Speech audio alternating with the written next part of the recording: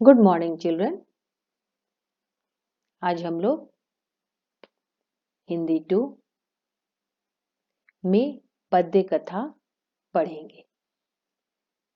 पद्य कथा किसे कहते हैं?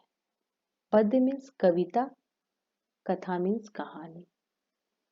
कहानी को जब कविता के रूप में लिखा जाता है तो उसे पद्य कथा कहते हैं। पद्य कथा का शीर्षक है एकता की शक्ति। एकता की शक्ति का अर्थ क्या हुआ? मतलब एकता में बल होता है। एकता में जब हम मिलजुल कर रहते हैं तो उसमें बहुत ताकत होती है। तो आइए कविता आरंभ करते हैं। शीर्षक है एकता की शक्ति। कबूतरों का एक झुंड उड़ता था नील गगन में, दिखे कहीं धरती पर दाने, यह अभिलाषा मन में। कबूतरों का एक झुंड क्या था? आकाश में घूम रहा था, उड़ रहा था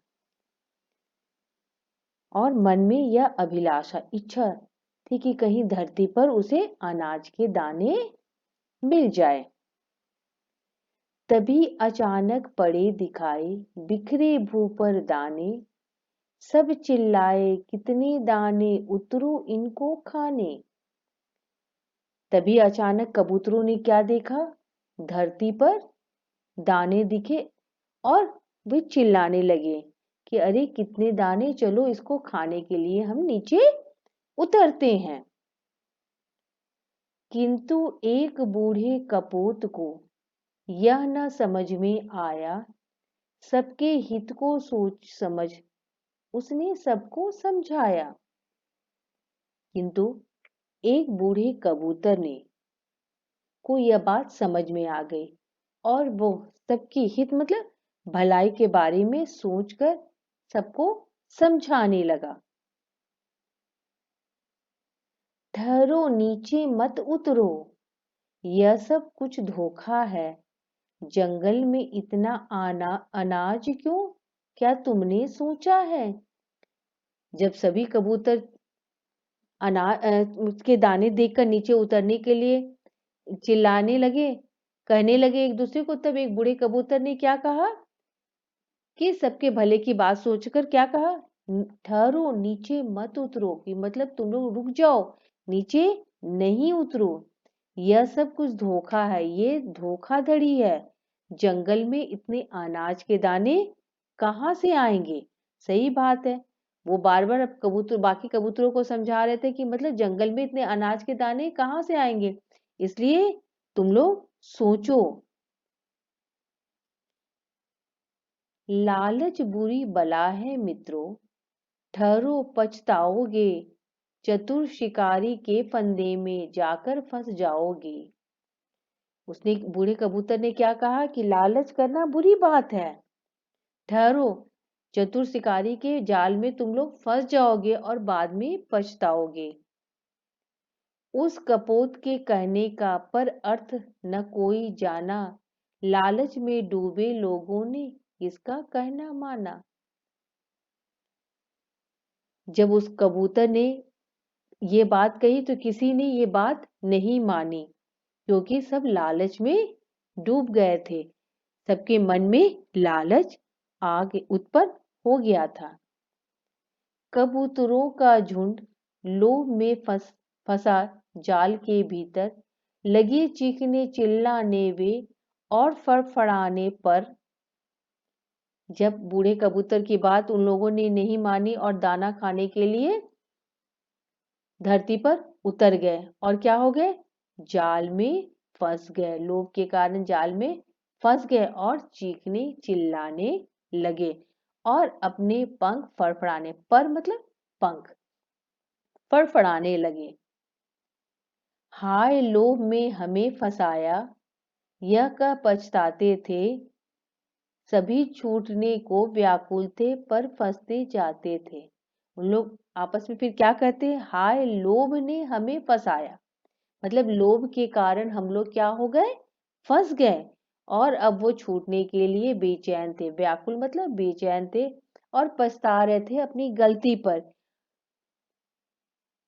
तब बूढ़ा कपूत बोला, तब बूढ़े कबूतर ने क्या कहा देखो, अब मत रो पछताओ, मिलकर जोर लगाओ तुम, यह जाल लिए उड़ जाओ। तब बूढ़ा कबूतर कहता है कि अब तुम मत पछताओ, जाल में फंस गए हो तो कोई उपाय सोचो, और सब कोई मिलकर एक साथ जाल को ऊपर लेकर उड़ जाओ। मिलकर सबने जोर लगाया, जाल उठा अंबर में, मेल जोल से भरी 100 गुनी ताकत तब हर पर में। एकता में क्या होती है बच्चों, बहुत शक्ति होती है। जब सबने मिलकर जोर लगाया ताकत के साथ, तो वे क्या किए, आकाश में जाल लेकर उड़ चले। इसलिए कहते हैं कि मेल जोल से भरी 100 गुनी ताकत तब हर पर में। हर एक सभी चिड़िया के पंखों में, कबूतरों के पंखों में क्या हो गई, मेल जोल से इतनी ताकत उत्पन्न हो गई कि वो पूरी जाल लेकर आकाश में उड़ चले। अचरज में डूबा बहेलिया, बहेलिया शिकार, पक्षियों का शिकार करने वाला। अचरज में डूबा बहेलिया उनके पीछे दौड़ा, बहुत दूर दूर उड़ गया झुंड, तब उसने पीछा छोड़ा। जब बहेलिया शिकारी या देखा कि सारे कबूतर क्या कर रहे, उसके जाल लेकर उड़ गए हैं, वो बहुत दूर तक उसका पीछा किया लेकिन नहीं पकड़ पाया।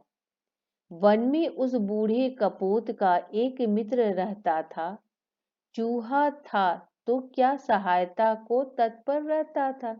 वन में बूढ़े कबूतर का एक दोस्त था, कौन था, एक चूहा, और चूहा सहायता के लिए हमेशा तैयार रहता था।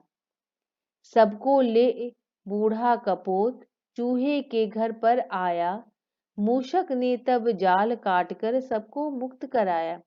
बूढ़े कबूतर ने क्या किया, अपने मित्र चूहे के पास सभी को लेकर आया, और उस चूहे ने सारे जाल को काटकर सारे कबूतरों को आजाद कर दिया। मूषक चूहा को कहते हैं। जो ना मानते सीख बड़ों की, उन पर संकट आते, पर साहस और एका हो तो सब संकट टल जाते। जो सीख किसी की नहीं मानते हैं, वो क्या करते हैं, मुसीबत में बच्चों फंस जाते हैं। और अगर आपस में एकता हो तो लोग क्या करते हैं, कोई भी संकट का मुकाबला कर सकते हैं। इसलिए बच्चों, हमें अपने से बड़ों की सलाह क्या करनी चाहिए, सुननी चाहिए, उसे अनसुना नहीं करना चाहिए। और क्या करना चाहिए, संकट के समय अगर हम किसी मुसीबत में फंस गए हैं तो हमें हिम्मत से काम लेना चाहिए, और हमें साहस कभी भी नहीं छोड़ना चाहिए, और उस मुसीबत से बाहर निकलने का उपाय खोजना चाहिए। आइए अब शब्दार्थ पढ़ते हैं। नीला, नील, नीला, भू, भूमि, धरती, लोभ, लालच, पर, पंख, बहेलिया, पक्षियों को पकड़ने या मारने वाला शिकारी, सहायता, मदद, मूसक, चूहा, और, गगन, आसमान, कपोत, कबूतर, व्याकुल, बेचैन, अचरज, आश्चर्य, अचंभा, तत्पर, ध्यान पूर्वक लगे होना, जुटे होना, मुक्त, आजाद, एका, एकता, मेल, अभिलाषा, इच्छा, चतुर, चालाक, अंबर, आसमान, संकट, विपत्ति, मुसीबत। मुझे उम्मीद है बच्चों, यह पद्य कथा आप लोगों को समझ में आ गई होगी। आप लोग इस पद्य कथा को पुनः पढ़िएगा और इसके शब्दार्थ को याद करके अपनी कॉपी में लिखिएगा। धन्यवाद।